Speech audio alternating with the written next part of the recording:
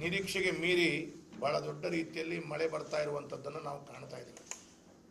ಇವತ್ತು ಹಲವಾರು ದಿವಸಗಳು ಶಾಲಾ ಕಾಲೇಜುಗಳಿಗೆ ರಜೆಯನ್ನು ಕೊಡುವಂಥದ್ದು, ರಜೆ ಸಿಗ್ತಾ ಇರುವಂಥದ್ದು ಕೂಡ ನಾವು ಗಮನದಲ್ಲಿಟ್ಟುಕೊಂಡಾಗ ಬಹಳ ದೊಡ್ಡ ರೀತಿಯಲ್ಲಿ ಮಳೆ ಮತ್ತು ಪ್ರಕೃತಿ ವಿಕೋಪಗಳು ಆಗ್ತಾ ಇರುವಂಥದ್ದನ್ನು ನಾವು ಕಾಣ್ತಾ ಇದ್ದೇವೆ. ಹಾಗಾಗಿ ಮಂಗಳೂರು ದಕ್ಷಿಣ ಕನ್ನಡ ಜಿಲ್ಲೆ ಮತ್ತು ನನ್ನ ಮಂಗಳೂರು ನಗರ ದಕ್ಷಿಣದ ವಿಧಾನಸಭಾ ಕ್ಷೇತ್ರದಲ್ಲಿ ಒಟ್ಟಾಗಿ ಒಳಗೊಂಡಂತೆ ಸರಿಸುಮಾರು 300 ಕೋಟಿಗೂ ಅಧಿಕ ನಷ್ಟಗಳು ಸಂಭವಿಸಿದ್ದು, ಈ ನಷ್ಟಗಳಿಗೆ ರಾಜ್ಯ ಸರ್ಕಾರ ದಕ್ಷಿಣ ಕನ್ನಡ ಜಿಲ್ಲೆಗೆ ವಿಶೇಷವಾದಂಥ ಒಂದು ಪ್ಯಾಕೇಜನ್ನು ಘೋಷಿಸಿ 300 ಕೋಟಿಗೂ ಅಧಿಕ ಅನುದಾನವನ್ನು ಕೊಡಬೇಕು ಅಂತ ಹೇಳುವಂಥದ್ದು ನಾನು ಶಾಸಕನಾಗಿ ಇವತ್ತು ಮಾನ್ಯ ಮುಖ್ಯಮಂತ್ರಿಗಳ ಹತ್ರ ಆಗ್ರಹವನ್ನು ಮಾಡ್ತಾ ಇದ್ದೇನೆ. ಇವತ್ತು ದಕ್ಷಿಣ ಕನ್ನಡ ಜಿಲ್ಲೆಯಲ್ಲಿ ಮತ್ತು ಮಂಗಳೂರು ನಗರದಲ್ಲಿ ಕೂಡ ನಿರಂತರವಾದ ಮಳೆಯ ಆಗ್ತಾ ಇರುವಂಥ ಸಂದರ್ಭದಲ್ಲಿ ಹಲವಾರು ಮನೆಗಳು ಕುಸಿದಿದ್ದು, ಮನೆಗಳ ಮೇಲೆ ಬೃಹತ್ ಮರಗಳು ಉರುಳ್ತಾ ಇರುವಂಥದ್ದು, ಮನೆಗಳಿಗೆ ಪ್ರವಾಹದ ನೀರು ನುಗ್ಗುವಂಥದ್ದು, ಗುಡ್ಡೆ ಕುಸಿತ,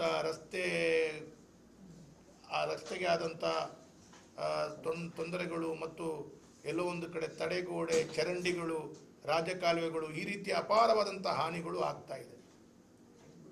ಇದು ಎಲ್ಲವನ್ನ ಒಟ್ಟಾರೆ ನಾವು ಗಮನಿಸಿದಾಗ ಬಹಳ ದೊಡ್ಡ ರೀತಿಯ ಕಳೆದ ವರ್ಷಕ್ಕೆ ಹೋಲಿಕೆ ಮಾಡಿದರೆ ಬಹಳ ದೊಡ್ಡ ರೀತಿಯಲ್ಲಿ ಇವತ್ತು ನಷ್ಟಗಳು ಸಂಭವಿಸ್ತಾ ಇದೆ. ಬಹಳ ದೊಡ್ಡ ರೀತಿಯಲ್ಲಿ ಇವತ್ತು ದಕ್ಷಿಣ ಕನ್ನಡ ಜಿಲ್ಲೆಗೆ ಬಹಳ ದೊಡ್ಡ ರೀತಿಯಲ್ಲಿ ಹಾನಿಯಾದದ್ದನ್ನು ನಾವು ಗಮನಿಸ್ತಾ ಇದ್ದೇವೆ. ಹಾಗಾಗಿ ಇದಕ್ಕೆ ದಕ್ಷಿಣ ಕನ್ನಡ ಜಿಲ್ಲೆಗೆ ಈ ರೀತಿಯ ಒಂದು 300 ಕೋಟಿಗೂ ಅಧಿಕ ಹೆಚ್ಚಿನ ಪ್ಯಾಕೇಜನ್ನು ಘೋಷಣೆ ಮಾಡಬೇಕು ಅಂತ ಹೇಳಿದ್ರು ನನ್ನ ಬೇಡಿಕೆ. ಇವತ್ತು ರಾಜ್ಯದ ಮುಖ್ಯಮಂತ್ರಿಗಳು ನಿನ್ನೆ ಮಾಧ್ಯಮದಲ್ಲಿ ಹೇಳಿದ್ದನ್ನು ನಾನು ಗಮನಿಸಿಕೊಂಡೆ. As per the NDRF norms ಪ್ರಕಾರ ಒಂದು ಮನೆಗಳು ಬಿದ್ದಾಗ ಅದಕ್ಕೆ ಸಂಪೂರ್ಣ ಹಾನಿಯಾದಾಗ 1,20,000 ರೂಪಾಯಿ ಕೊಡ್ತೀವಿ. ಭಾಗಶಃ ಹಾನಿಯಾದಾಗ ಅದಕ್ಕೆ 50,000 ರೂಪಾಯಿ ಕೊಡ್ತೀವಿ. ಈ ರೀತಿ ಎಲ್ಲ ಘೋಷಣೆಗಳನ್ನು ಕಂಡೆ. ಅದ ನಂತರ ನಿನ್ನೆ ಉಸ್ತುವಾರಿ ಸಚಿವರು ಅದನ್ನು NDRF ನಾರ್ಮ್ಸನ್ನು ಹೆಚ್ಚು ಕಡೆ ಇದ್ದದ್ದನ್ನು ಹೆಚ್ಚು ಮಾಡಿಕೊಂಡು ಅದಕ್ಕೆ ನಾವು ಮನೆ ಬಿದ್ದಾಗ 2.5 ಲಕ್ಷ ರೂಪಾಯಿ ತನಕ ಕೊಡುವಂಥದ್ದು ಮಾಡ್ತೀವಿ ಅಂತ ಹೇಳುವಂಥ ರೀತಿಯಲ್ಲಿ ಬೇರೆ ಬೇರೆ ರೀತಿಯ ದ್ವಂದ್ವದ ಹೇಳಿಕೆಗಳನ್ನೆಲ್ಲ ಕೊಟ್ಟಿದ್ದಾರೆ. ಆದರೆ ನಾನು ಒತ್ತಾಯ ಮಾಡುವಂಥದ್ದು, ಇವತ್ತಿನ ವ್ಯವಸ್ಥೆಯ ಆರ್ಥಿಕ ಪರಿಸ್ಥಿತಿಯ ಎಲ್ಲ ಈ ವಿಚಾರಗಳನ್ನು ಮಾಡಿದಾಗ NDRF ನಾರ್ಮ್ಸ್ ಪ್ರಕಾರ 1,20,000 ರೂಪಾಯಿ ಬರ್ತದೆ. ಮಾನ್ಯ ಯಡಿಯೂರಪ್ಪರು ಮುಖ್ಯಮಂತ್ರಿಗಳಾಗಿದ್ದಾಗ ಅವತ್ತು ಭಾರತೀಯ ಜನತಾ ಪಾರ್ಟಿ ಸರ್ಕಾರ ಬಂದದಷ್ಟೇ. ಕೇವಲ ಸಚಿವ ಸಂಪುಟದಲ್ಲಿ ಯಡಿಯೂರಪ್ಪರು ಮಾತ್ರ ಮುಖ್ಯಮಂತ್ರಿಗಳಾಗಿದ್ದರು. ಬೇರೆ ಯಾವುದೇ ಸಚಿವರಾಗಿ ಯಾರನ್ನೂ ಅವತ್ತು ಆಯ್ಕೆ ಪ್ರಕ್ರಿಯೆ ಇರದಂಥ ಸಂದರ್ಭದಲ್ಲಿ ಬಹಳ ಬೃಹತ್ ಗಾತ್ರದ ಇಡೀ ರಾಜ್ಯದಲ್ಲಿ ಪ್ರಕೃತಿ ವಿಕೋಪವನ್ನು ಕಂಡಿದ್ದೇವೆ. ಅವತ್ತೊಂದು ಮುಖ್ಯಮಂತ್ರಿಯಾಗಿ ದಕ್ಷಿಣ ಕನ್ನಡ ಜಿಲ್ಲೆಗೆ ಭೇಟಿ ಕೊಟ್ಟು ಧರ್ಮಸ್ಥಳದಲ್ಲಿ ಅಧಿಕಾರಿಗಳು, ಜಿಲ್ಲಾಧಿಕಾರಿಗಳು ಮತ್ತು ರಾಜ್ಯದ ಉನ್ನತ IAS ಅಧಿಕಾರಿಗಳ ಸಭೆಯನ್ನು ಮಾಡಿ ಒಂದು ಮುಖ್ಯಮಂತ್ರಿಗಳು ನಮ್ಮ ಜಿಲ್ಲೆಗೆ ಭೇಟಿ ಕೊಟ್ಟು ಅವತ್ತು ಅವರು ಘೋಷಣೆ ಮಾಡಿದರು, ಒಂದು ಮನೆ ಬಿದ್ದಾಗ 1,20,000 NDRF ನಾರ್ಮ್ಸ್ ಇದ್ದರೆ ಅದಕ್ಕೆ 3,80,000 ರಾಜ್ಯ ಸರ್ಕಾರದಿಂದ ಸೇರಿಸಿಕೊಂಡು 5 ಲಕ್ಷ ರೂಪಾಯಿಯನ್ನು ಕೊಡ್ತೀವಿ ಅಂತ ಹೇಳುವುದು. ಭಾಗಶಃ ಮನೆ ಹಾನಿಯಾಗಿದ್ದರೆ 2.5 ಲಕ್ಷ ರೂಪಾಯಿ ಕೊಡ್ತೀವಿ, 3 ಲಕ್ಷ ರೂಪಾಯಿ ಕೊಡ್ತೀವಿ ಅಂತ ಹೇಳುವಂಥದ್ದು ರೀತಿಯಲ್ಲಿ ಮಾಡಿಕೊಂಡು ನಾವು ಕಳೆದ 3.5 ವರ್ಷ ನಮ್ಮ ಅವಧಿಯಲ್ಲಿ ಈ ರೀತಿಯ NDRF ನಾರ್ಮ್ಸನ್ನು ಇದ್ರೂ ಕೂಡ ರಾಜ್ಯ ಸರ್ಕಾರದ ಬೊಕ್ಕಸದಿಂದ ಹೆಚ್ಚಿನ ಅನುದಾನವನ್ನು ಜೋಡಿಸ್ಕೊಂಡು ಜನರಿಗೆ ಅವರ ಕಷ್ಟಕ್ಕೆ ಒಂದು ಹೆಚ್ಚಿನ ರೀತಿಯಲ್ಲಿ ಅವರಿಗೆ ಪರಿಹಾರ ಕೊಡುವಂಥ ಕೆಲಸ ಕಾರ್ಯಗಳು ಮಾಡಿದ್ದೇವೆ. ನನಗೆ ನೆನಪಿದೆ, ಮನೆ ಒಳಗಡೆ ನೀರು ನುಗ್ಗಿದ್ದು ನನ್ನ ಕ್ಷೇತ್ರದಲ್ಲಿ ಆ ವರ್ಷ 782 ಮನೆಗೆ 10,000 ವಿತರಣೆ ಮಾಡಿದ್ದು ನನ್ನ ಹತ್ರ ದಾಖಲೆ ಇದೆ. ಇವತ್ತು ಮಳೆ ಬಂದು 1 ತಿಂಗಳಾದ ನಂತರ ಉಸ್ತುವಾರಿ ಸಚಿವರು ನಾವು ಎಲ್ಲಿ ಅಂತ ಕೇಳಿದಂತ ನಿನ್ನೆ ಏನೋ ಪ್ರತ್ಯಕ್ಷ ಆಗಿದ್ದಾರೆ. ಇವತ್ತು ನಿನ್ನೆ ಏನೋ ಇಲ್ಲಿ ಮಾಧ್ಯಮದಲ್ಲಿ ಹೇಳಿ ಹೋಗಿದ್ದಾರೆ. ಇನ್ನು ಈ ಎಲ್ಲ ಪರಿಹಾರಗಳು ರಾಜ್ಯ ಸರ್ಕಾರದಿಂದ, ಈ ಜಿಲ್ಲಾಡಳಿತದಿಂದ ಒಂದು ಗ್ರಾಮ ಕರುಣಿಕ ಅಥವಾ ಒಂದು VA, ಒಂದು ತಹಶೀಲ್ದಾರ್, DC ಕಳಿಸಿ ಅದೆಲ್ಲ ಆಗಿ ಇನ್ನು ಕೊಡೋದು ಯಾವಾಗ, ಕೊಡೋದಾದ್ರೂ ಎಷ್ಟು, ಜನರು ಯಾವ ರೀತಿಯಲ್ಲಿ ಜೀವನವನ್ನು ಮಾಡಬೇಕು. ಮುಖ್ಯಮಂತ್ರಿಗಳಂತೂ ತನ್ನ ಕುರ್ಚಿಯನ್ನು ಉಳಿಸಿಕೊಳ್ಳುವಂಥ ದೃಷ್ಟಿಯಲ್ಲಿ ಇವತ್ತು ಬೆಳಿಗ್ಗೆ ಮೈಸೂರಿನಲ್ಲಿ ಮೀಟಿಂಗ್ ಮಾಡ್ತಾರೆ, ದೆಹಲಿಗೆ ಹೋಗ್ತಾರೆ. ಅಂದರೆ ಈ ರೀತಿಯ ಚಟುವಟಿಕೆಗಳು ನಡೀತಾ ಇದೆ ಬಿಟ್ಟರೆ ಎಲ್ಲೋ ಕಷ್ಟದಲ್ಲಿರುವಂಥ ವ್ಯಕ್ತಿಗಳಿಗೆ ಪ್ರಾಮಾಣಿಕವಾಗಿ ಸ್ಪಂದನೆ ಕೊಡ್ತಾ ಇಲ್ಲ ಅಂತ ಹೇಳೋದು ಸ್ಪಷ್ಟವಾದ ಚಿತ್ರಣದಲ್ಲಿ ಗೊತ್ತಾಗ್ತದೆ. ಈ ಸಂದರ್ಭದಲ್ಲಿ ನಾನು ಒಂದು ಮಾತನ್ನ ಹೇಳಬೇಕು. ಅವತ್ತು ನಮ್ಮ ಸರ್ಕಾರ ಇರುವಾಗ ಕಂದಾಯ ಸಚಿವರಾಗಿ ಆರ್ ಅಶೋಕ್ ಅವರಿದ್ರು. ಪ್ರಸ್ತುತ ಈಗ ಅವರು ವಿರೋಧ ಪಕ್ಷದ ನಾಯಕರು. ಅವತ್ತು ಒಂದು ಕೃಷಿ ಇಲಾಖೆಯಲ್ಲಿ ಆದಂತ ನಷ್ಟಗಳಿರ್ಬೋದು, ಕೃಷಿ ಇಲಾಖೆಯಲ್ಲಿ ಆದಂತ ಕೃಷಿ ನಷ್ಟಗಳು ನಮ್ಮ ಜಿಲ್ಲೆಯಲ್ಲಿ ಅಥವಾ ಇಡೀ ರಾಜ್ಯದಲ್ಲಿ, ತೋಟಗಾರಿಕಾ ಇಲಾಖೆಯಲ್ಲಿ ಆದಂತ ನಷ್ಟಗಳಿರ್ಬೋದು, ಇಡೀ ರಾಜ್ಯದಲ್ಲಿ ತೋಟಗಾರಿಕಾ ಇಲಾಖೆಯಲ್ಲಿ ಆದಂತ ನಷ್ಟಗಳು, ಪಶುಸಂಗೋಪನಾ ಇಲಾಖೆಯಲ್ಲಿ ಆಕಳು ಅಥವಾ ಕುರಿ ಮೇಕೆ ಈ ರೀತಿಯಲ್ಲಿ ಯಾವುದಾದ್ರೂ ಪ್ರಾಣಿಗಳು ಜೀವ ಬಿಟ್ಟಂತ ಸಂದರ್ಭದಲ್ಲಿ ಅದಕ್ಕೆ ಇದ್ದಂತ ಪರಿಹಾರ NDRF ನಾರ್ಮ್ಸ್ ನಲ್ಲಿ ಎಷ್ಟು? NDRF ನಾರ್ಮ್ಸ್ ಅಲ್ಲಿ ಕೂಡ ಕೇಂದ್ರ ಸರ್ಕಾರ ಹಣ ಯಾವಾಗ ಕೊಟ್ಟಿತ್ತು, ಆದ್ರೆ ಅದಕ್ಕೆ ಮುಂಚಿತವಾಗಿ ರಾಜ್ಯ ಸರ್ಕಾರ ತಕ್ಷಣವಾಗಿ ಆ NDRF ನಾರ್ಮ್ಸ್ಗೆ ಎಷ್ಟು ನಿಗದಿ ಮಾಡಿದ್ರು ಅದಕ್ಕೆ ದ್ವಿಗುಣವಾಗಿ ಡಬಲ್. ಉದಾಹರಣೆಗೆ ಒಂದು 10,000 ರೂಪಾಯಿ ಒಂದು ಸಣ್ಣ ಕುರಿ ಸತ್ತಾಗ ಕೊಡಬೇಕಾದದ್ದು ನಾವು ಡಬಲ್ ಮಾಡಿ ಕೊಡುವಂತ ಕೆಲಸ ಕಾರ್ಯಗಳು, ಡಬಲ್ ಪರಿಹಾರವನ್ನು ಕೊಡುವಂತ ಕೆಲಸ ಕಾರ್ಯಗಳು ನಮ್ಮ ಅವಧಿಯಲ್ಲಿ ಆಗಿದೆ. ಇವತ್ತು ನಾನು ರಾಜ್ಯ ಸರ್ಕಾರಕ್ಕೆ ಕೇಳ್ತೇನೆ, ನೀವು ಈ ರೀತಿಯ ಎಲ್ಲ ಕೃಷಿ ನಷ್ಟ, ತೋಟಗಾರಿಕೆ ಬೆಳೆ ನಷ್ಟ ಅಥವಾ ಈ ರೀತಿಯ ಪಾಪ ದನಕರುಗಳು ಆದಂತ ನಷ್ಟಗಳನ್ನು ಅನುಭವಿಸುವಂತ ಕುಟುಂಬದವರಿಗೆ ನೀವು ಡಬಲ್ ಕೊಡುವುದು ಬಿಡಿ, NDRF ನಾರ್ಮ್ಸ್ ಅನ್ನಾದರೂ ಕೊಡಿ. NDRF ನಾರ್ಮ್ಸ್ ಅನ್ನು ಕೊಡುವಂತ ಸಂದರ್ಭದಲ್ಲಿ ಕೇಂದ್ರ ಸರ್ಕಾರಕ್ಕೆ ಕಾದು ಕೂತ್ಕೊಳ್ಬೇಡಿ. ರಾಜ್ಯ ಸರ್ಕಾರದ ಬೊಕ್ಕಸದಿಂದ ಕೊಡಿ, ಕೇಂದ್ರ ಸರ್ಕಾರದ ಹಣಗಳು ಬರುತ್ತೆ. ಆದರೆ ನೀವು ತಕ್ಷಣ ಜನರಿಗೆ ಪರಿಹಾರ ಕೊಡುವಂತ ಕೆಲಸ ಕಾರ್ಯಗಳನ್ನು ಮಾಡಿ. ಇದನ್ನ ಮಾಡದೆ ಎಲ್ಲೋ ಒಂದು ಕಡೆ ನಾನಿವತ್ತು ಒಂದು ಮಾತನ್ನ ಕೇಳ್ತೀನಿ. ಕಳೆದ ವರ್ಷ ಮಾನ್ಯ ಮುಖ್ಯಮಂತ್ರಿಗಳಾದ ಸಿದ್ದರಾಮಯ್ಯ ಅವರು ಮಂಗಳೂರಿಗೆ ಬಂದಿದ್ದರು. ಜಿಲ್ಲಾ ಪಂಚಾಯತ್ನ ಕಚೇರಿಯಲ್ಲಿ ಸಿದ್ದರಾಮಯ್ಯ ಅವರು ಪತ್ರಿಕಾಗೋಷ್ಠಿಯನ್ನು ಕರೆದರು. ಜಿಲ್ಲಾ ಪಂಚಾಯತ್ ಕಚೇರಿಯಲ್ಲಿ ಪತ್ರಿಕಾಗೋಷ್ಠಿಯನ್ನು ಕರೆದಾಗ ನಾನು ಶಾಸಕನಾಗಿ ನಾನಿರಬಹುದು, ಹೆಚ್ಚಿನ ಜನರು, ಜನಪ್ರತಿನಿಧಿಗಳು, ಅಧಿಕಾರಿಗಳು ಪ್ರಕೃತಿ ವಿಕೋಪದ ಬಗ್ಗೆ ಮುಖ್ಯಮಂತ್ರಿಗಳ ಗಮನದಲ್ಲಿ ತಂದರು. ಇವತ್ತು ಎದೆ ತಟ್ಟಿ ಹೇಳ್ತೇನೆ, ಅವತ್ತಿನ ಮೀಟಿಂಗ್ನ ರೆಸೊಲ್ಯೂಷನ್ ಮತ್ತು ಎಜೆಂಡಾ ನೋಡಿ. ಆ ಮೀಟಿಂಗ್ ಮತ್ತು ರೆಸೊಲ್ಯೂಷನ್ ಮತ್ತು ಎಜೆಂಡಾವನ್ನು ನೋಡಿ, ಅದರಲ್ಲಿ 2 ಕಾಮಗಾರಿಗಳಾದರೂ ಆದದ್ದು ನೀವು ನಮಗೆ ಕಣ್ಣಿಗೆ ತೋರಿಸಿ. ಜಿಲ್ಲಾಧಿಕಾರಿಗಳು ಪತ್ರಿಕಾಗೋಷ್ಠಿ ಮಾಡಿ ತಿಳಿಸಲಿ. ಅವತ್ತು ಟೋಟಲ್ ಎಲ್ಲೆಲ್ಲಿ ಏನೆಲ್ಲ ನಷ್ಟವಾಗಿದೆ ಪಟ್ಟಿಯನ್ನು ಮಾಡಿಕೊಂಡಿದ್ದಾರೆ. ಸಾಮಾನ್ಯವಾಗಿ ಕೊಡಬೇಕಾದಂಥದ್ದು ಏನು, ಮನೆ ಹಾನಿ ಆದಾಗ ಮನೆಗೆ 1,20,000 ಕೊಟ್ಟಿದ್ದಾರೆ ಅಂತ ಹೇಳಿದ ಕೂಡ ಎದೆ ತಟ್ಟಿ ಹೇಳಬೇಕಾಗಿಲ್ಲ, ಅದು ಸ್ಟ್ಯಾಂಡಿಂಗ್ ಇನ್ಸ್ಟ್ರಕ್ಷನ್ ಪ್ರಕಾರ ಬಂದೇ ಹೋಗ್ತದೆ. ಗುಡ್ಡ ಬಿದ್ದಿದೆ, ನೀವು ಆ ಗುಡ್ಡವನ್ನ ಅಲ್ಲಿ ಏನಾದರೂ ಗೋಡೆಯನ್ನು ತಡೆಗೋಡೆ ಕಟ್ಟಿದಿರೋ, ಆ ರಸ್ತೆಯನ್ನು ಸರಿ ಮಾಡಿದಿರೋ, ಅಥವಾ ಆಗುವಂತ ಈ ರೀತಿಯ ಪ್ರಕೃತಿ ವಿಕೋಪದ ನಷ್ಟಗಳಿಗೆ ಎಜೆಂಡಾ ರೆಸೊಲ್ಯೂಷನ್ ಅಲ್ಲಿ ಆದಂತಹ ಯಾವುದಾದ್ರೂ 1-2 ಕಾಮಗಾರಿಗಳು ಸಿದ್ದರಾಮಯ್ಯ ಬಂದು ಹೋದ ನಂತರ ಮಾಡಿದ್ದಿದ್ರೆ ರಾಜ್ಯದ ಸರ್ಕಾರ ಅಥವಾ ಜಿಲ್ಲಾಡಳಿತ ಅದು ಕಾಂಗ್ರೆಸ್ ನಾಯಕರು ತೋರಿಸ್ಬೇಕು. ಮಾಡಿಲ್ಲ, 100ಕ್ಕೆ 100 ಅಳತೆ ನಾನು ಮಾಡಿಲ್ಲ. ಹಾಗಿರುವಾಗ ಕಳೆದ ವರ್ಷ ಸಿದ್ದರಾಮಯ್ಯವರು ಬಂದು ಹೋದ ನಂತರ ಆದಂತ ಸಭೆಗೆ ಮೌಲ್ಯ ಇಲ್ಲ, ಬೆಲೆ ಇಲ್ಲ, ಅಧಿಕಾರಿಗಳು ಮಾಡಿಲ್ಲ ಅಂತ ಹೇಳಿದ್ರೆ, ದಿನೇಶ್ ಗುಂಡೂರಾವ್ ಅವರು ನಿನ್ನೆ ಮಾಡಿ ಹೋದಂತ ಸಭೆಯ ನಂತರ ಯಾವ ರೀತಿಯಲ್ಲಿ ಜನರಿಗೆ ಆ ಪರಿಹಾರವನ್ನ, ಈ ಕೆಲಸ ಕಾರ್ಯಗಳನ್ನ ಕೈಗೆತ್ತಿಕೊಳ್ಬಹುದು. ಹಾಗಾಗಿ ನಾನು ಇವತ್ತು ಹೇಳಿ ಬಯಸ್ತಾ ಇದ್ದೇನೆ, ಒಟ್ಟು ರಾಜ್ಯ ಸರ್ಕಾರ ಇವತ್ತು ಎಲ್ಲೋ ಒಂದು ಕಡೆಗಳಲ್ಲಿ ಸಂಪೂರ್ಣವಾಗಿ ವಿಫಲವಾಗಿದೆ. ಒಂದು ಕಡೆಗಳಲ್ಲಿ ನಾವು ನೋಡ್ತಾ ಇದ್ದೇವೆ, ಪ್ರತಿ ಒಂದು ಪೆಟ್ರೋಲ್ನಿಂದ ಡೀಸೆಲ್, ಹಾಲಿನ ಬೆಲೆ, registration tax, vehicle registration tax, stamp duty, ಹೀಗೆ ಪ್ರತಿಯೊಂದರ ಹಣವನ್ನು ಏರಿಸಿದ್ರು. ಒಂದು ಕಡೆಯಿಂದ 100ಕ್ಕೆ 100% ಹಣ ನುಂಗಿದಂತ ವಾಲ್ಮೀಕಿ ಹಗರಣ, ಮೂಡ ಹಗರಣ, ಕಾರ್ಮಿಕ ಇಲಾಖೆ ಹಗರಣ, KADB ಹಗರಣಗಳು, ವಫ್ಕ್ ಹಗರಣಗಳು, ಈ ರೀತಿ ಹಗರಣಗಳು ಹೊರಬರ್ತಾ ಇದೆ. ಅದೇ ಮಾತ್ರದಲ್ಲಿ ಇವತ್ತು ಬೆಳಿಗ್ಗೆ ಕೂಡ ಎಲ್ಲ ಶಾಸಕರುಗಳನ್ನು ಇಟ್ಕೊಂಡು, ಮಂತ್ರಿಗಳನ್ನ ಇಟ್ಕೊಂಡು ಮೈಸೂರು ಜಿಲ್ಲೆಯಲ್ಲಿ ಅವ್ರು ಮೀಟಿಂಗ್ ಮಾಡ್ತಾ ಇದ್ದಾರೆ. ಆದ್ರೆ ಜನರು ಏನನ್ನ ನಂಬಿ, ಏನನ್ನ ನೋಡಿ ಇವತ್ತು ಸರ್ಕಾರಕ್ಕೆ, ಈ ಕಾಂಗ್ರೆಸ್ ಪಕ್ಷಕ್ಕೆ ಓಟನ್ನು ಕೊಟ್ಟರು, ಅದನ್ನು ನೀವು ಯಾವ ರೀತಿಯಲ್ಲಿ ನಿಭಾಯಿಸ್ತಿದ್ರಿ? ಇವತ್ತು ಜನರು ಮಾತಾಡ್ತಾ ಇದ್ದಾರೆ, ಮಾಧ್ಯಮದಲ್ಲಿ ಕಾಣ್ತಾ ಇದ್ದೇವೆ, ನಾವು ಗ್ಯಾರಂಟಿಯನ್ನು ಕೊಟ್ವಿ, 4 ತಿಂಗಳಾಯಿತು, ಗ್ಯಾರಂಟಿ ಹಣಗಳು ಮನೆಗಳಿಗೆ ಬರಬೇಕಾದಂತ ಎಂತ ಲಕ್ಷ್ಮಿಗಳು ಬರ್ತಾ ಇಲ್ಲ ಅಂತೇಳಿ ಮಹಿಳೆಯರು ಕ್ಷಿಮಾರಿ ಆಗ್ತಾ ಇರೋದನ್ನು ಕಾಣ್ತಾ ಇದ್ದೇವೆ. ಅಂದ್ರೆ ಒಟ್ಟಾರೆ ಸರ್ಕಾರ ಸಂಪೂರ್ಣವಾಗಿ ವಿಫಲ ಆಗಿದೆ ಅಂತ ಹೇಳೋದಕ್ಕೆ ಇಂಥ ನೂರಾರು ನಿದರ್ಶನಗಳು ನಾವು ತೋರಿಸ್ಬೋದು. ಕೇಳ್ತೇನೆ, ನಾವು ಮಾಧ್ಯಮದವರು ನೀವು ಇಷ್ಟು ಜನ ಇದ್ದೀರಿ, ಆರೋಗ್ಯ ಸಚಿವರೇ ನಮ್ಮ ಜಿಲ್ಲಾ ಉಸ್ತುವಾರಿ ಸಚಿವರು. ನಿನ್ನೆ ಒಂದು ಪ್ರಶ್ನೆ ಕೇಳಬೇಕಿತ್ತು, ನಮ್ಮ ಜಿಲ್ಲೆಯಲ್ಲಿ ಡೆಂಗ್ಯೂ ಕೇಸ್ ಎಷ್ಟು? ಉತ್ತರ ಮಾಡಿ ನೋಡವರು. ಕೊರೋನಾದಂತ ಜಗತ್ತೇ ಕಂಡರಿಯದಂತ ಕೊರೋನಾ ಅಂತೇಳುವಂತ ಕಾಯಿಲೆ, ಅದರ ಬಗ್ಗೆ ಎಲ್ಲರಿಗೂ ಹೆದರಿಕೆ ಇರುವಂತಹ ಸಂದರ್ಭದಲ್ಲಿ ಅದನ್ನು ನಿಭಾಯಿಸುವಾಗ ಟೀಕೆ ಟಿಪ್ಪಣಿಗಳು ಮಾಡಿದ್ರಲ್ಲ. ಬಹಳ ಪುರಾತನವಾದಂಥ ಡೆಂಗ್ಯೂ ಕಾಯಿಲೆ, ಅದಕ್ಕೆ ಮದ್ದು ಏನು ಎಲ್ಲವೂ ನಮಗೆ ಗೊತ್ತಿದೆ. ಅದನ್ನು ನಿಭಾಯಿಸಲಿಕ್ಕೆ ಇವತ್ತು ಬೇಡ, ಯಾವುದಾದ್ರೂ ಒಂದು ಮಾಧ್ಯಮದವರು ಹೇಳಿ ಜಿಲ್ಲಾಡಳಿತ ಇವತ್ತಿನ ದಿವಸಕ್ಕೆ ಇಷ್ಟು ಡೆಂಗ್ಯೂ ಕೇಸ್ ಆಗಿದೆ, ಇಷ್ಟು ಗುಣಮುಖವಾಗಿ ಹೋಗಿದ್ದಾರೆ, ಎಲ್ಲೆಲ್ಲ ಡೆಂಗ್ಯೂ ಕೇಸ್ಗಳು ಪತ್ತೆಯಾಗಿದೆ, ಅಲ್ಲಿಗೆ ಪೂರಕವಾಗಿ ಏನು ಮಾಡಿದ್ದಾರೆ? ಯಾವ ಜಿಲ್ಲೆಯ ಅಧಿಕಾರಿಗಳು ಕೂಡ ಅಥವಾ ಮಂತ್ರಿಗಳು, ಕಾಂಗ್ರೆಸ್ನ ವ್ಯವಸ್ಥೆ ನಿಮ್ಗೆ ಯಾರಿಗಾದ್ರೂ ಒಂದು ದಿವಸದಲ್ಲಿ ಹೇಳಿದ್ದುಂಟ ನೋಡಿ?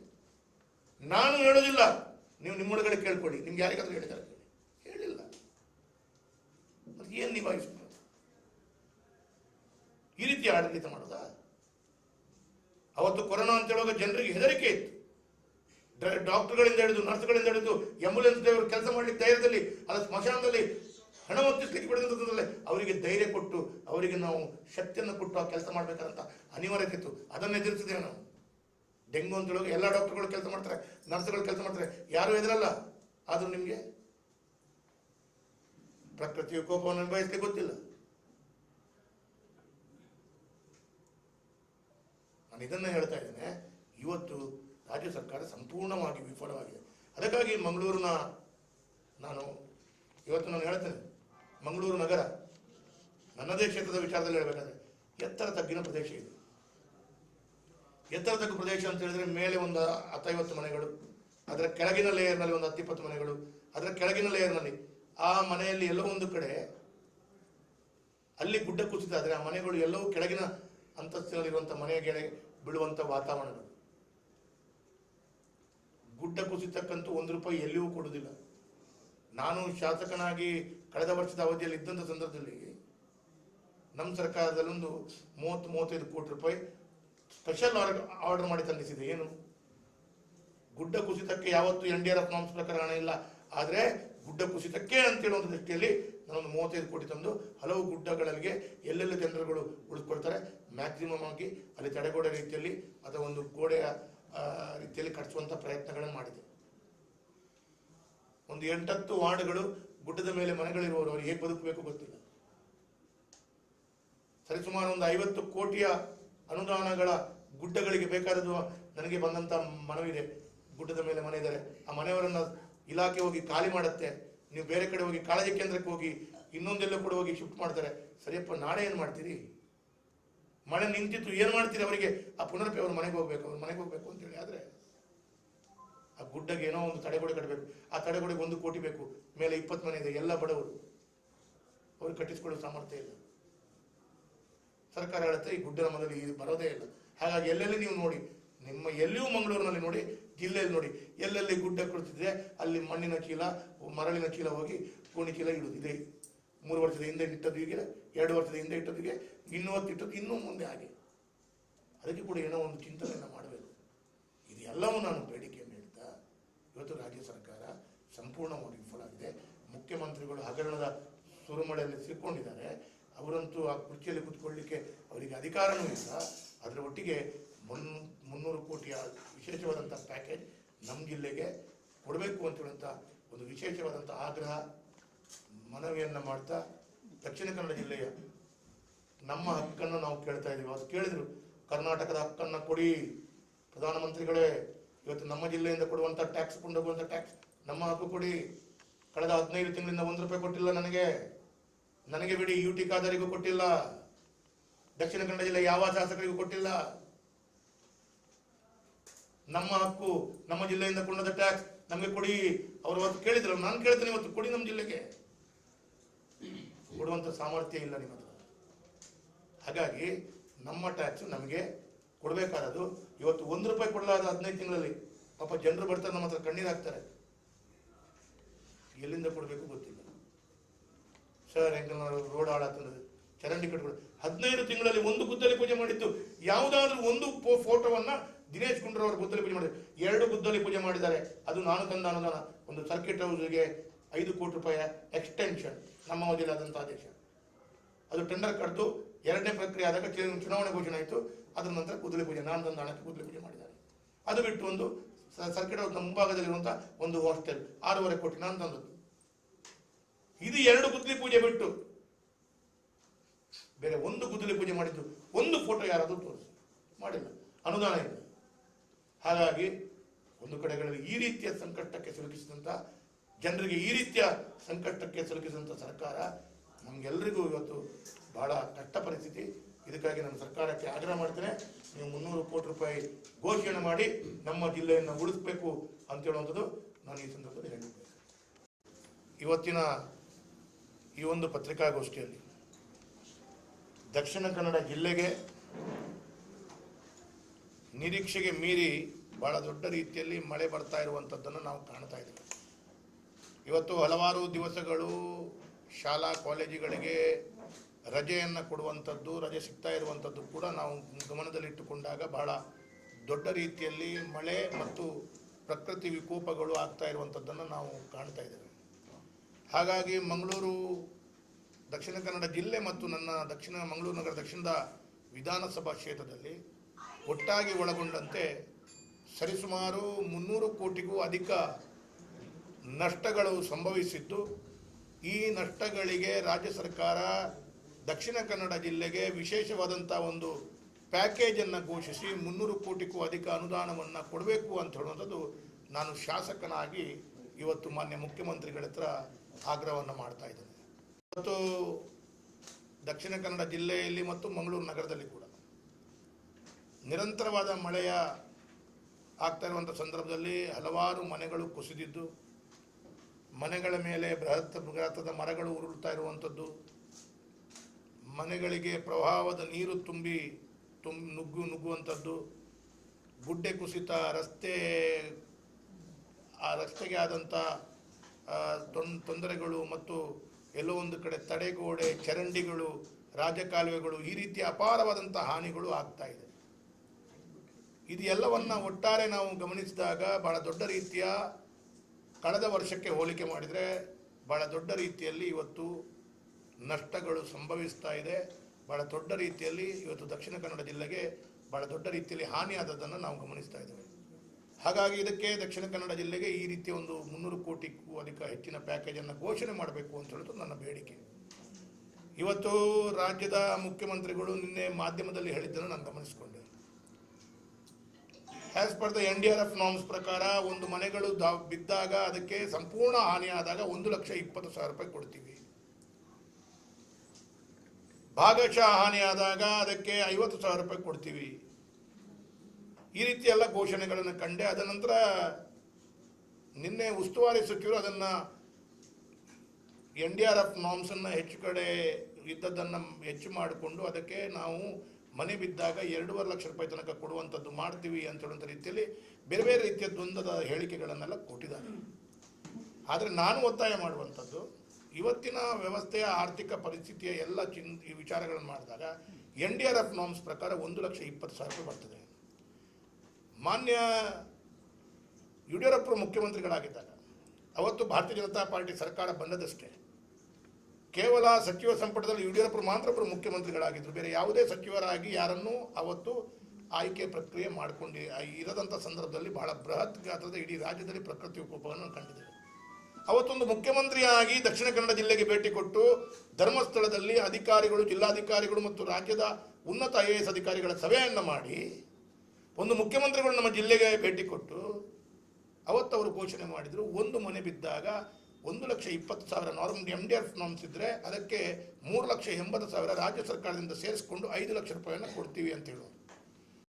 ಭಾಗಶಃ ಮನೆ ಹಾನಿಯಾಗಿದ್ದರೆ 2.5 ಲಕ್ಷ ರೂಪಾಯಿ ಕೊಡ್ತೀವಿ, 3 ಲಕ್ಷ ರೂಪಾಯಿ ಕೊಡ್ತೀವಿ ಅಂತ ಹೇಳುವಂಥದ್ದು ರೀತಿಯಲ್ಲಿ ಮಾಡಿಕೊಂಡು ನಾವು ಕಳೆದ 3.5 ವರ್ಷ ನಮ್ಮ ಅವಧಿಯಲ್ಲಿ ಈ ರೀತಿಯ NDRF ನಾರ್ಮ್ಸನ್ನು ಇದ್ರೂ ಕೂಡ ರಾಜ್ಯ ಸರ್ಕಾರದ ಬೊಕ್ಕಸದಿಂದ ಹೆಚ್ಚಿನ ಅನುದಾನವನ್ನು ಜೋಡಿಸ್ಕೊಂಡು ಜನರಿಗೆ ಅವರ ಕಷ್ಟಕ್ಕೆ ಒಂದು ಹೆಚ್ಚಿನ ರೀತಿಯಲ್ಲಿ ಅವರಿಗೆ ಪರಿಹಾರ ಕೊಡುವಂಥ ಕೆಲಸ ಕಾರ್ಯಗಳು ಮಾಡಿದ್ದೇವೆ. ನನಗೆ ನೆನಪಿದೆ, ಮನೆ ಒಳಗಡೆ ನೀರು ನುಗ್ಗಿದ್ದು ನನ್ನ ಕ್ಷೇತ್ರದಲ್ಲಿ ಆ ವರ್ಷ 782 ಮನೆಗೆ 10,000ದಾಗೆ ವಿತರಣೆ ಮಾಡಿದ್ದು ನನ್ನ ಹತ್ರ ದಾಖಲೆ ಇದೆ. ಇವತ್ತು ಮಳೆ ಬಂದು 1 ತಿಂಗಳಾದ ನಂತರ ಉಸ್ತುವಾರಿ ಸಚಿವರು ನಾವು ಎಲ್ಲಿ ಅಂತ ಕೇಳಿದಂತ ನಿನ್ನೆ ಏನೋ ಪ್ರತ್ಯಕ್ಷ ಆಗಿದ್ದಾರೆ. ಇವತ್ತು ನಿನ್ನೆ ಏನೋ ಇಲ್ಲಿ ಮಾಧ್ಯಮದಲ್ಲಿ ಹೇಳಿ ಹೋಗಿದ್ದಾರೆ. ಇನ್ನು ಈ ಎಲ್ಲ ಪರಿಹಾರಗಳು ರಾಜ್ಯ ಸರ್ಕಾರದಿಂದ, ಈ ಜಿಲ್ಲಾಡಳಿತದಿಂದ ಒಂದು ಗ್ರಾಮ ಕರುಣಿಕ ಅಥವಾ ಒಂದು VA, ಒಂದು ತಹಶೀಲ್ದಾರ್, DC ಕಳಿಸಿ ಅದು ಎಲ್ಲ ಆಗಿ ಇನ್ನು ಕೊಡೋದು ಯಾವಾಗ, ಕೊಡೋದಾದ್ರೂ ಎಷ್ಟು, ಜನರು ಯಾವ ರೀತಿಯಲ್ಲಿ ಜೀವನವನ್ನು ಮಾಡಬೇಕು. ಮುಖ್ಯಮಂತ್ರಿಗಳಂತೂ ತನ್ನ ಕುರ್ಚಿಯನ್ನು ಉಳಿಸಿಕೊಳ್ಳುವಂಥ ದೃಷ್ಟಿಯಲ್ಲಿ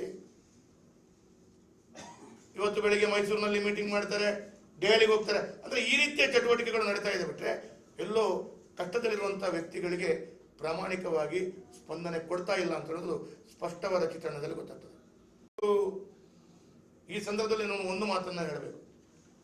ಅವತ್ತು ನಮ್ಮ ಸರ್ಕಾರ ಇರುವಾಗ ಕಂದಾಯ ಸಚಿವರಾಗಿ ಆರ್ ಅಶೋಕ್ ಅವರಿದ್ರು. ಪ್ರಸ್ತುತ ಈಗ ಅವರು ವಿರೋಧ ಪಕ್ಷದ ನಾಯಕರು. ಅವತ್ತು ಒಂದು ಕೃಷಿ ಇಲಾಖೆಯಲ್ಲಿ ಆದಂತ ನಷ್ಟಗಳಿರ್ಬೋದು, ಕೃಷಿ ಇಲಾಖೆಯಲ್ಲಿ ಆದಂತ ಕೃಷಿ ನಷ್ಟಗಳು ನಮ್ಮ ಜಿಲ್ಲೆಯಲ್ಲಿ ಅಥವಾ ಇಡೀ ರಾಜ್ಯದಲ್ಲಿ, ತೋಟಗಾರಿಕಾ ಇಲಾಖೆಯಲ್ಲಿ ಆದಂತಹ ನಷ್ಟಗಳಿರ್ಬೋದು, ಇಡೀ ರಾಜ್ಯದಲ್ಲಿ ತೋಟಗಾರಿಕಾ ಇಲಾಖೆ ಅಂತಲ್ಲಿ ಆದಂತಹ ನಷ್ಟಗಳು, ಪಶುಸಂಗೋಪನಾ ಇಲಾಖೆಯಲ್ಲಿ ಆಕಳು ಅಥವಾ ಕುರಿ, ಮೇಕೆ ಈ ರೀತಿಯಲ್ಲಿ ಯಾವುದಾದ್ರೂ ಪ್ರಾಣಿಗಳು ಜೀವ ಬಿಟ್ಟಂತ ಸಂದರ್ಭದಲ್ಲಿ ಅದಕ್ಕೆ ಇದ್ದಂತ ಪರಿಹಾರ NDRF ನಾರ್ಮ್ಸ್ ನಲ್ಲಿ ಎಷ್ಟು, NDRF ನಾರ್ಮ್ಸ್ ಅಲ್ಲಿ ಕೂಡ ಕೇಂದ್ರ ಸರ್ಕಾರ ಹಣ ಯಾವಾಗ ಕೊಟ್ಟಿತ್ತು, ಆದ್ರೆ ಅದಕ್ಕೆ ಮುಂಚಿತವಾಗಿ ರಾಜ್ಯ ಸರ್ಕಾರ ತಕ್ಷಣವಾಗಿ ಆ NDRF ನಾರ್ಮ್ಸ್ಗೆ ಎಷ್ಟು ನಿಗದಿ ಮಾಡಿದ್ರು ಅದಕ್ಕೆ ದ್ವಿಗುಣವಾಗಿ ಡಬಲ್. ಉದಾಹರಣೆಗೆ ಒಂದು 10,000 ರೂಪಾಯಿ ಒಂದು ಸಣ್ಣ ಕುರಿ ಸತ್ತಾಗ ಕೊಡಬೇಕಾದದ್ದು ನಾವು ಡಬಲ್ ಮಾಡಿ ಕೊಡುವಂತ ಕೆಲಸ ಕಾರ್ಯಗಳು, ಡಬಲ್ ಪರಿಹಾರವನ್ನ ಕೊಡುವಂತ ಕೆಲಸ ಕಾರ್ಯಗಳು ನಮ್ಮ ಅವಧಿಯಲ್ಲಿ ಆಗಿದೆ. ಇವತ್ತು ನಾನು ರಾಜ್ಯ ಸರ್ಕಾರಕ್ಕೆ ಕೇಳ್ತೇನೆ, ನೀವು ಈ ರೀತಿಯ ಎಲ್ಲ ಕೃಷಿ ನಷ್ಟ, ತೋಟಗಾರಿಕೆ ಬೆಳೆ ನಷ್ಟ ಅಥವಾ ಈ ರೀತಿಯ ಪಾಪ ದನಕರುಗಳು ಆದಂತಹ ನಷ್ಟಗಳನ್ನು ಅನುಭವಿಸುವಂತ ಕುಟುಂಬದವರಿಗೆ ನೀವು ಡಬಲ್ ಕೊಡುವುದು ಬಿಡಿ, NDRF ನಾರ್ಮ್ಸ್ ಅನ್ನಾದರೂ ಕೊಡಿ. NDRF ನಾರ್ಮ್ಸ್ ಅನ್ನು ಕೊಡುವಂತ ಸಂದರ್ಭದಲ್ಲಿ ಕೇಂದ್ರ ಸರ್ಕಾರಕ್ಕೆ ಕಾದು ಕೂತ್ಕೊಳ್ಬೇಡಿ. ರಾಜ್ಯ ಸರ್ಕಾರದ ಬೊಕ್ಕಸದಿಂದ ಕೊಡಿ, ಕೇಂದ್ರ ಸರ್ಕಾರದ ಹಣಗಳು ಬರುತ್ತೆ. ಆದರೆ ನೀವು ತಕ್ಷಣ ಜನರಿಗೆ ಪರಿಹಾರ ಕೊಡುವಂತ ಕೆಲಸ ಕಾರ್ಯಗಳನ್ನು ಮಾಡಿ. ಇದನ್ನ ಮಾಡದೆ ಎಲ್ಲೋ ಒಂದು ಕಡೆ ನಾನಿವತ್ತು ಒಂದು ಮಾತನ್ನ ಕೇಳ್ತೀನಿ. ಕಳೆದ ವರ್ಷ ಮಾನ್ಯ ಮುಖ್ಯಮಂತ್ರಿಗಳಾದ ಸಿದ್ದರಾಮಯ್ಯ ಅವರು ಮಂಗಳೂರಿಗೆ ಬಂದಿದ್ದರು. ಜಿಲ್ಲಾ ಪಂಚಾಯತ್ನ ಕಚೇರಿಯಲ್ಲಿ ಸಿದ್ದರಾಮಯ್ಯ ಅವರು ಪತ್ರಿಕಾಗೋಷ್ಠಿಯನ್ನು ಕರೆದರು. ಜಿಲ್ಲಾ ಪಂಚಾಯತ್ ಕಚೇರಿಯಲ್ಲಿ ಪತ್ರಿಕಾಗೋಷ್ಠಿಯನ್ನು ಕರೆದಾಗ ನಾನು ಶಾಸಕನಾಗಿ ನಾನಿರಬಹುದು, ಹೆಚ್ಚಿನ ಜನರು, ಜನಪ್ರತಿನಿಧಿಗಳು, ಅಧಿಕಾರಿಗಳು ಪ್ರಕೃತಿ ವಿಕೋಪದ ಬಗ್ಗೆ ಮುಖ್ಯಮಂತ್ರಿಗಳ ಗಮನಕ್ಕೆ ತಂದರು. ಇವತ್ತು ಎದೆ ತಟ್ಟಿ ಹೇಳ್ತೇನೆ, ಅವತ್ತಿನ ಮೀಟಿಂಗ್ನ ರೆಸೊಲ್ಯೂಷನ್ ಮತ್ತು ಎಜೆಂಡಾ ನೋಡಿ. ಆ ಮೀಟಿಂಗ್ ಮತ್ತು ರೆಸೊಲ್ಯೂಷನ್ ಮತ್ತು ಎಜೆಂಡಾವನ್ನು ನೋಡಿ, ಅದರಲ್ಲಿ 2 ಕಾಮಗಾರಿಗಳಾದ್ರೂ ಆದದ್ದು ನೀವು ನಮಗೆ ಕಣ್ಣಿಗೆ ತೋರಿಸಿ. ಜಿಲ್ಲಾಧಿಕಾರಿಗಳು ಪತ್ರಿಕಾಗೋಷ್ಠಿ ಮಾಡಿ ತಿಳಿಸಲಿ. ಅವತ್ತು ಟೋಟಲ್ ಎಲ್ಲೆಲ್ಲಿ ಏನೆಲ್ಲ ನಷ್ಟವಾಗಿದೆ ಪಟ್ಟಿಯನ್ನು ಮಾಡಿಕೊಂಡಿದ್ದಾರೆ. ಸಾಮಾನ್ಯವಾಗಿ ಕೊಡಬೇಕಾದಂಥದ್ದು ಏನು, ಮನೆ ಹಾನಿ ಆದಾಗ ಮನೆಗೆ 1,20,000 ಕೊಟ್ಟಿದ್ದಾರೆ ಅಂತ ಹೇಳಿದ ಕೂಡ ಎದೆ ತಟ್ಟಿ ಹೇಳಬೇಕಾಗಿಲ್ಲ. ಅದು ಸ್ಟ್ಯಾಂಡಿಂಗ್ ಇನ್ಸ್ಟ್ರಕ್ಷನ್ ಪ್ರಕಾರ ಬಂದೇ ಹೋಗ್ತದೆ. ಗುಡ್ಡ ಬಿದ್ದಿದೆ, ನೀವು ಆ ಗುಡ್ಡವನ್ನ ಅಲ್ಲಿ ಏನಾದರೂ ಗೋಡೆಯನ್ನು ತಡೆಗೋಡೆ ಕಟ್ಟಿದಿರೋ, ಆ ರಸ್ತೆಯನ್ನು ಸರಿ ಮಾಡಿದಿರೋ, ಅಥವಾ ಆಗುವಂತ ಈ ರೀತಿಯ ಪ್ರಕೃತಿ ವಿಕೋಪದ ನಷ್ಟಗಳಿಗೆ ಎಜೆಂಡಾ ರೆಸೊಲ್ಯೂಷನ್ ಅಲ್ಲಿ ಆದಂತಹ ಯಾವುದಾದ್ರೂ 1-2 ಕಾಮಗಾರಿಗಳು ಸಿದ್ದರಾಮಯ್ಯ ಬಂದು ಹೋದ ನಂತರ ಮಾಡಿದ್ದಿದ್ರೆ ರಾಜ್ಯದ ಸರ್ಕಾರ ಅಥವಾ ಜಿಲ್ಲಾಡಳಿತ ಅಥವಾ ಕಾಂಗ್ರೆಸ್ ನಾಯಕರು ತೋರಿಸ್ಬೇಕು. ಮಾಡಿಲ್ಲ, 100ಕ್ಕೆ 100 ಆಡಳಿತ ನಾನು ಮಾಡಿಲ್ಲ.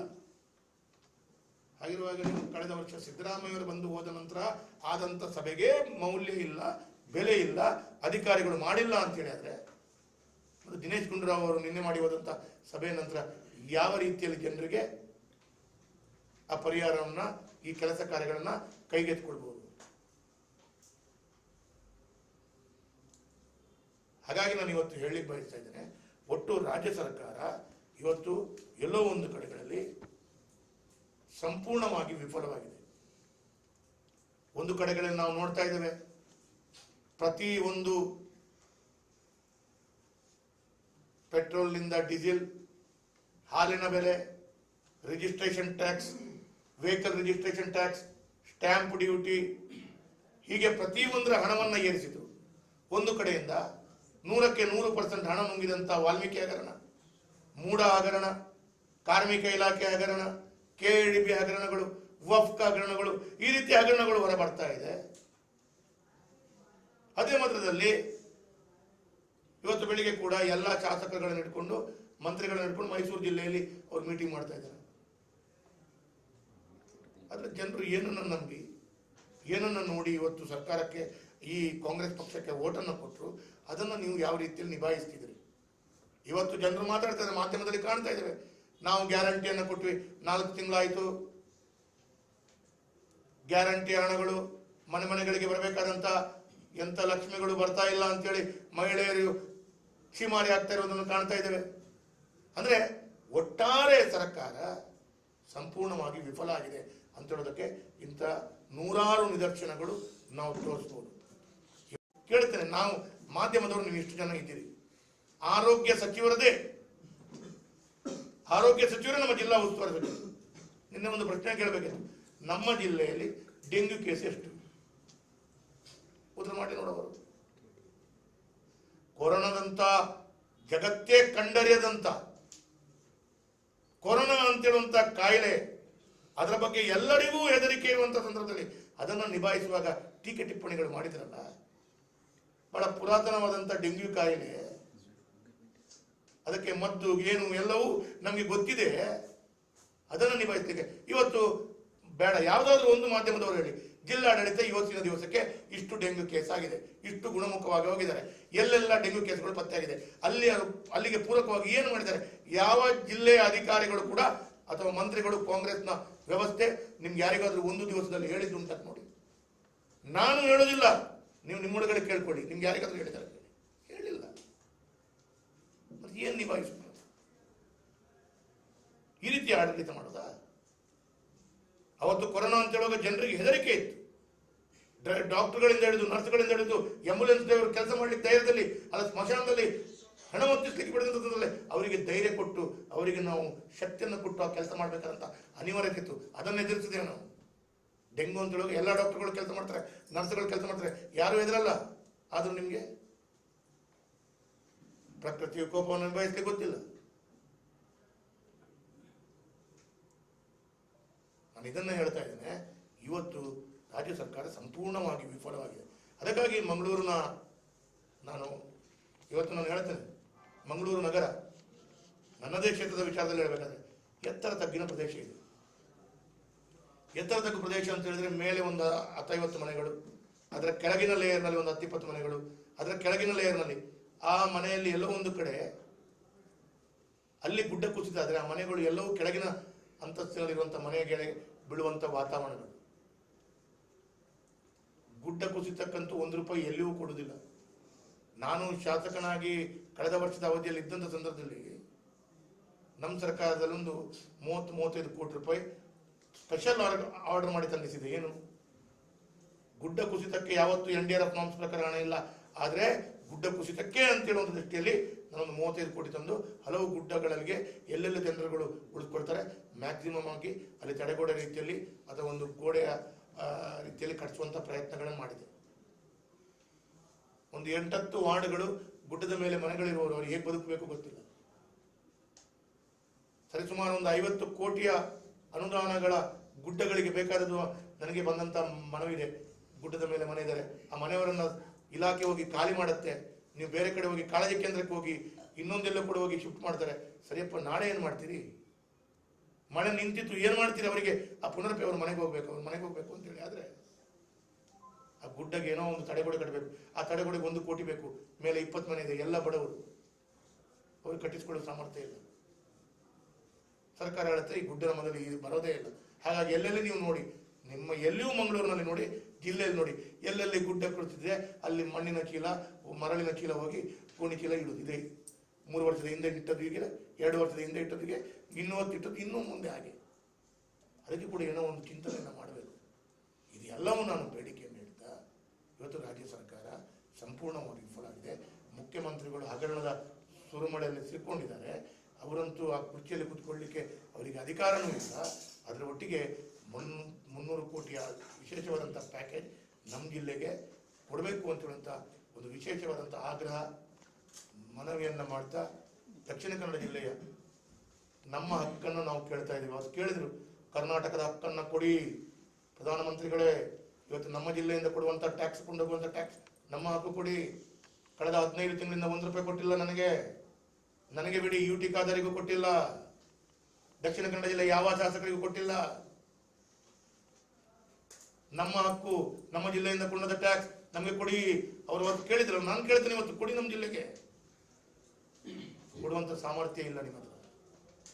ಹಾಗಾಗಿ ನಮ್ಮ ಟ್ಯಾಕ್ಸ್ ನಮಗೆ ಕೊಡಬೇಕಾದದು. ಇವತ್ತು 1 ರೂಪಾಯಿ ಕೊಡಲಾದ 15 ತಿಂಗಳಲ್ಲಿ ಪಾಪ ಜನರು ಬರ್ತಾರೆ, ನಮ್ಮ ಹತ್ರ ಕಣ್ಣೀರು ಹಾಕ್ತಾರೆ. ಎಲ್ಲಿಂದ ಕೊಡಬೇಕು ಗೊತ್ತಿಲ್ಲ ಸರ್. ಹೆಂಗನವರು ರೋಡ್ ಹಾಳಾಗ್ತದೆ, ಚರಂಡಿ ಕಟ್ಕೊಂಡು 15 ತಿಂಗಳಲ್ಲಿ 1 ಗುದ್ದಲಿ ಪೂಜೆ ಮಾಡಿದ್ದು. ಯಾವುದಾದ್ರೂ ಒಂದು ಫೋಟೋವನ್ನ ದಿನೇಶ್ ಗುಂಡೂರಾವ್ ಅವರು ಗುದ್ದಲಿ ಪೂಜೆ ಮಾಡಿದ್ರು. 2 ಗುದ್ದಲಿ ಪೂಜೆ ಮಾಡಿದ್ದಾರೆ. ಅದು ನಾನು ತಂದ ಅನುದಾನ. ಒಂದು ಸರ್ಕಿಟ್ ಹೌಸ್ಗೆ 5 ಕೋಟಿ ರೂಪಾಯಿ ಎಕ್ಸ್ಟೆನ್ಷನ್ ನಮ್ಮ ವಜಲಾದಂಥ ಆದೇಶ. ಅದು ಟೆಂಡರ್ ಕರೆದು 2ನೇ ಪ್ರಕ್ರಿಯೆ ಆದಾಗ ಚುನಾವಣೆ ಘೋಷಣೆ ಆಯಿತು. ಅದರ ನಂತರ ಗುದ್ದಲಿ ಪೂಜೆ, ನಾನು ತಂದ ಹಣಕ್ಕೆ ಗುದ್ದಲಿ ಪೂಜೆ ಮಾಡಿದ್ದಾರೆ. ಅದು ಬಿಟ್ಟು ಒಂದು ಸರ್ಕಿಟ್ ಹೌಸ್ನ ಮುಂಭಾಗದಲ್ಲಿರುವಂಥ ಒಂದು ಹಾಸ್ಟೆಲ್ 6.5 ಕೋಟಿ ನಾನು ತಂದದ್ದು. ಇದು 2 ಗುದ್ದಲಿ ಪೂಜೆ ಬಿಟ್ಟು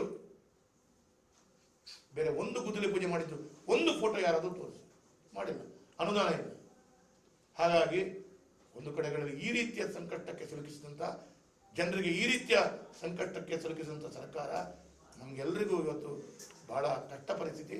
ಇದಕ್ಕಾಗಿ ನಾನು ಸರ್ಕಾರಕ್ಕೆ ಆಗ್ರಹ ಮಾಡ್ತೇನೆ, ನೀವು 300 ಕೋಟಿ ರೂಪಾಯಿ ಘೋಷಣೆ ಮಾಡಿ ನಮ್ಮ ಜಿಲ್ಲೆಯನ್ನು ಉಳಿಸಬೇಕು ಅಂತ ಹೇಳುವಂಥದ್ದು ನಾನು ಈ ಸಂದರ್ಭದಲ್ಲಿ ಹೇಳಿದ್ದೇನೆ. ಇವತ್ತಿನ ಈ ಒಂದು ಪತ್ರಿಕಾಗೋಷ್ಠಿಯಲ್ಲಿ ದಕ್ಷಿಣ ಕನ್ನಡ ಜಿಲ್ಲೆಗೆ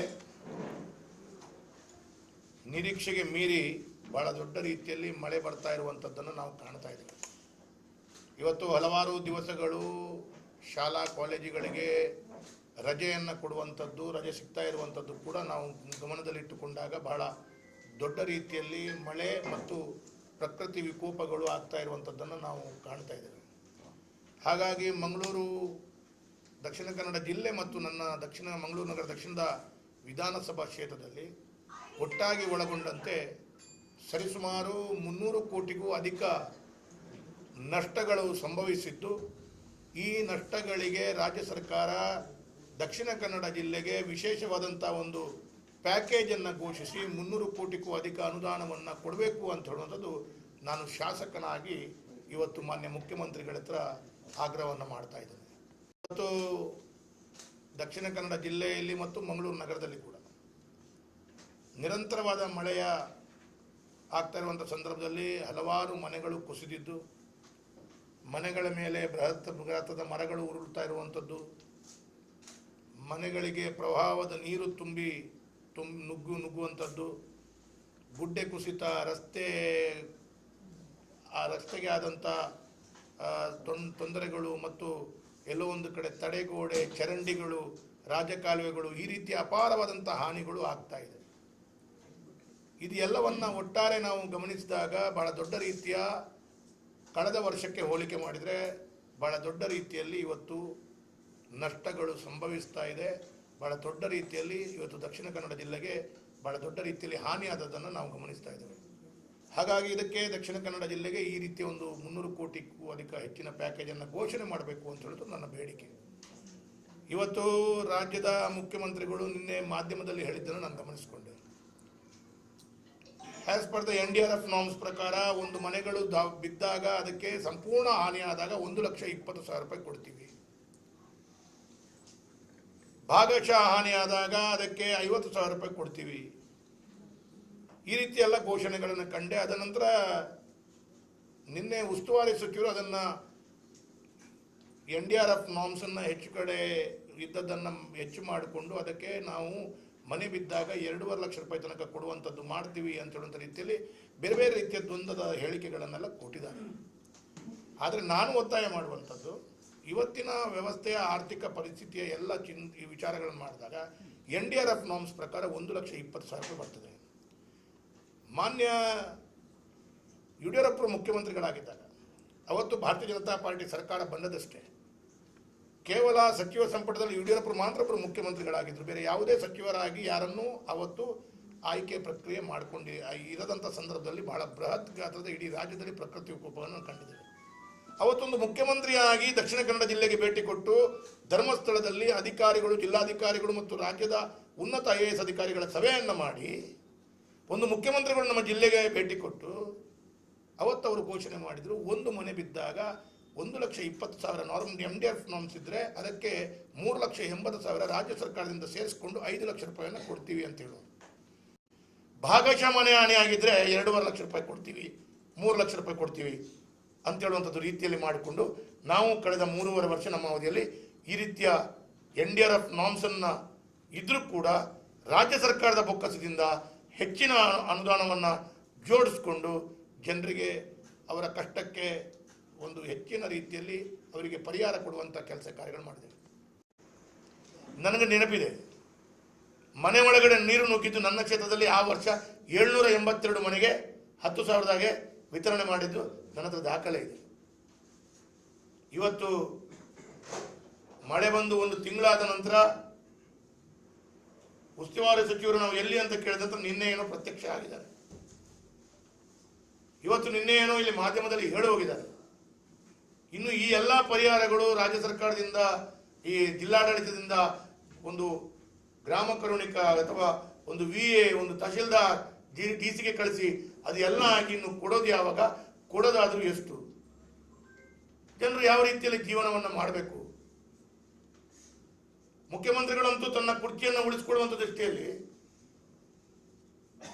ಇವತ್ತು ಬೆಳಿಗ್ಗೆ ಮೈಸೂರಿನಲ್ಲಿ ಮೀಟಿಂಗ್ ಮಾಡ್ತಾರೆ, ದೆಹಲಿಗೆ ಹೋಗ್ತಾರೆ. ಅಂದ್ರೆ ಈ ರೀತಿಯ ಚಟುವಟಿಕೆಗಳು ನಡೀತಾ ಇದೆ ಬಿಟ್ರೆ ಎಲ್ಲೋ ಕಷ್ಟದಲ್ಲಿರುವಂತಹ ವ್ಯಕ್ತಿಗಳಿಗೆ ಪ್ರಾಮಾಣಿಕವಾಗಿ ಸ್ಪಂದನೆ ಕೊಡ್ತಾ ಇಲ್ಲ ಅಂತ ಹೇಳೋದು ಸ್ಪಷ್ಟವಾದ ಚಿತ್ರಣದಲ್ಲಿ ಗೊತ್ತಾಗ್ತದೆ.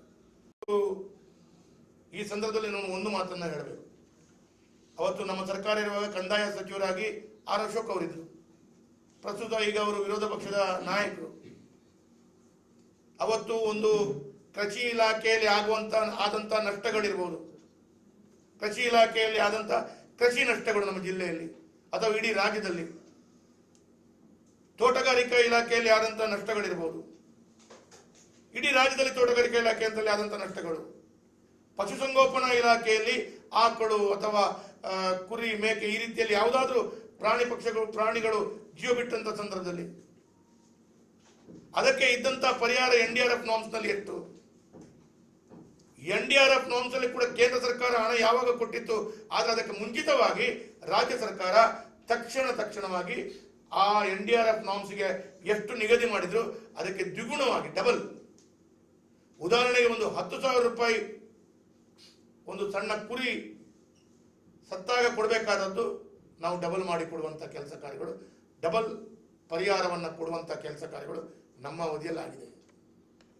ಇವತ್ತು ನಾನು ರಾಜ್ಯ ಸರ್ಕಾರಕ್ಕೆ ಕೇಳ್ತೇನೆ, ನೀವು ಈ ರೀತಿಯ ಎಲ್ಲ ಕೃಷಿ ನಷ್ಟ, ತೋಟಗಾರಿಕೆ ಬೆಳೆ ನಷ್ಟ ಅಥವಾ ಈ ರೀತಿಯ ಪಾಪ ದನಕರುಗಳು ಆದಂತಹ ನಷ್ಟಗಳನ್ನು ಅನುಭವಿಸುವಂತ ಕುಟುಂಬದವರಿಗೆ ನೀವು ಡಬಲ್ ಕೊಡುವುದು ಬಿಡಿ, NDRF ನಾರ್ಮ್ಸ್ ಅನ್ನಾದರೂ ಕೊಡಿ.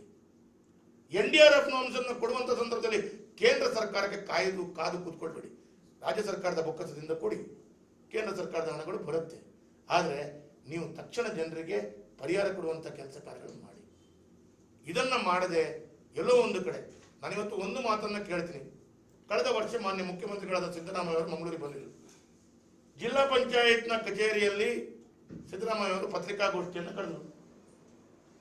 ಜಿಲ್ಲಾ ಪಂಚಾಯತ್ ಕಚೇರಿಯಲ್ಲಿ ಪತ್ರಿಕಾಗೋಷ್ಠಿಯನ್ನು ಕರೆದಾಗ ನಾನು ಶಾಸಕನಾಗಿ ನಾನಿರಬಹುದು, ಹೆಚ್ಚಿನ ಜನರು, ಜನಪ್ರತಿನಿಧಿಗಳು, ಅಧಿಕಾರಿಗಳು ಪ್ರಕೃತಿ ವಿಕೋಪದ ಬಗ್ಗೆ ಮುಖ್ಯಮಂತ್ರಿಗಳ ಗಮನಕ್ಕೆ ತಂದರು. ಇವತ್ತು ಎದೆ ತಟ್ಟಿ ಹೇಳ್ತೇನೆ, ಅವತ್ತಿನ ಮೀಟಿಂಗ್ನ ರೆಸೊಲ್ಯೂಷನ್ ಮತ್ತು ಎಜೆಂಡಾ ನೋಡಿ. ಆ ಮೀಟಿಂಗ್ ಮತ್ತು ರೆಸೊಲ್ಯೂಷನ್ ಮತ್ತು ಎಜೆಂಡಾವನ್ನು ನೋಡಿ, ಅದರಲ್ಲಿ 2 ಕಾಮಗಾರಿಗಳಾದರೂ ಆದದ್ದು ನೀವು ನಮಗೆ ಕಣ್ಣಿಗೆ ತೋರಿಸಿ. ಜಿಲ್ಲಾಧಿಕಾರಿಗಳು ಪತ್ರಿಕಾಗೋಷ್ಠಿ ಮಾಡಿ ತಿಳಿಸಲಿ.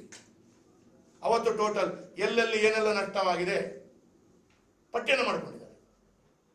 ಸಾಮಾನ್ಯವಾಗಿ ಕೊಡಬೇಕಾದಂಥದ್ದು ಏನು, ಮನೆ ಹಾನಿ ಆದಾಗ ಮನೆಗೆ 1,20,000 ಕೊಟ್ಟಿದ್ದಾರೆ ಅಂತ ಹೇಳಿದ ಕೂಡ ಎದೆ ತಟ್ಟಿ ಹೇಳಬೇಕಾಗಿಲ್ಲ. ಅದು ಸ್ಟ್ಯಾಂಡಿಂಗ್ ಇನ್ಸ್ಟ್ರಕ್ಷನ್ ಪ್ರಕಾರ ಬಂದೇ ಹೋಗ್ತದೆ.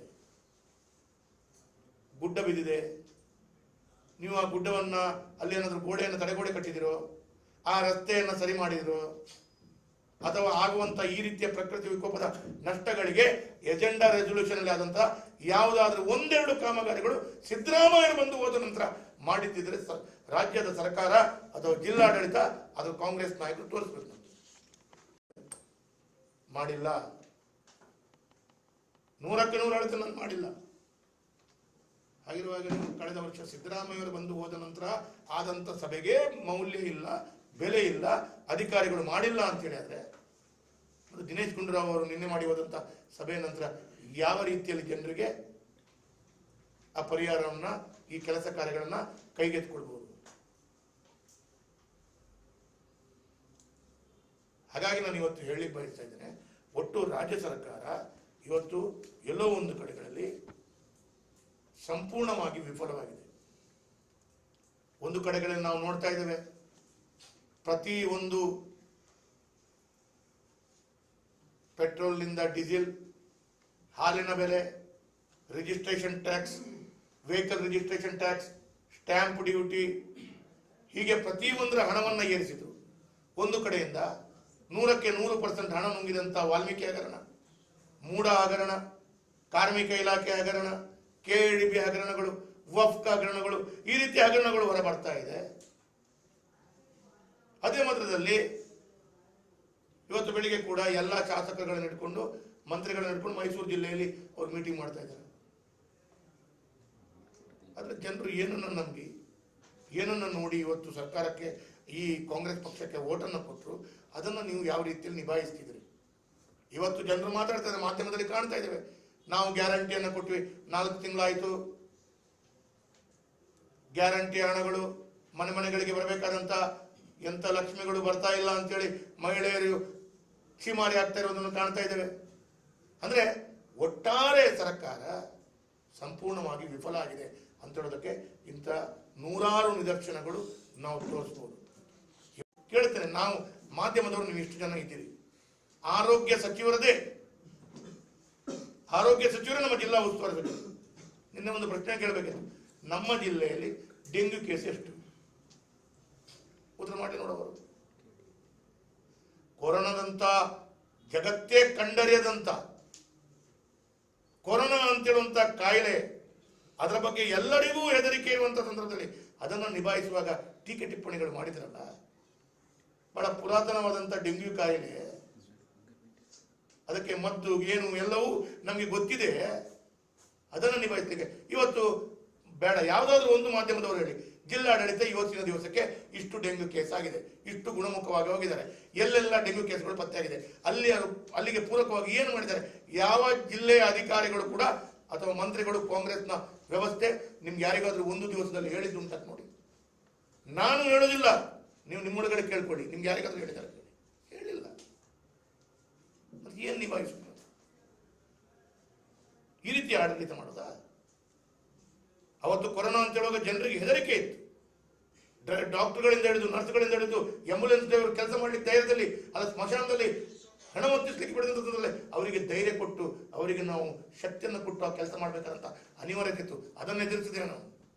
ಡೆಂಗು ಅಂತ ಹೇಳುವಾಗ ಎಲ್ಲ ಡಾಕ್ಟರ್ಗಳು ಕೆಲಸ ಮಾಡ್ತಾರೆ, ನರ್ಸ್ಗಳು ಕೆಲಸ ಮಾಡ್ತಾರೆ, ಯಾರು ಎದುರಲ್ಲ. ಆದ್ರೂ ನಿಮ್ಗೆ